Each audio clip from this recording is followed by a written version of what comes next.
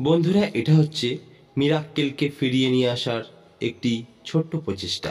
এক ভয়ঙ্কর ফুলসজ্জা রাত, হঠাৎ কেষ্টদার বউ বলে উঠল, ডার্লিং, হানিমুনের জন্য গ্রিস কেমন হয়?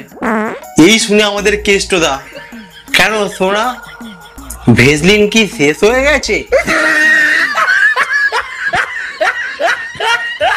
লম্বা ছেলে সবাই পছন্দ করে, কিন্তু ছেলেটা লম্বা, বাপরে বাপ, চাপ।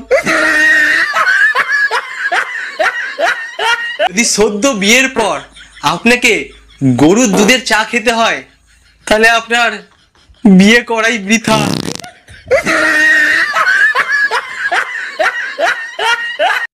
মহাপুরুষের বাণী, যদি মন প্রাণ দিয়ে চেষ্টা করো, তাহলে বিবাহিত বৌদিকেও পটানো সম্ভব।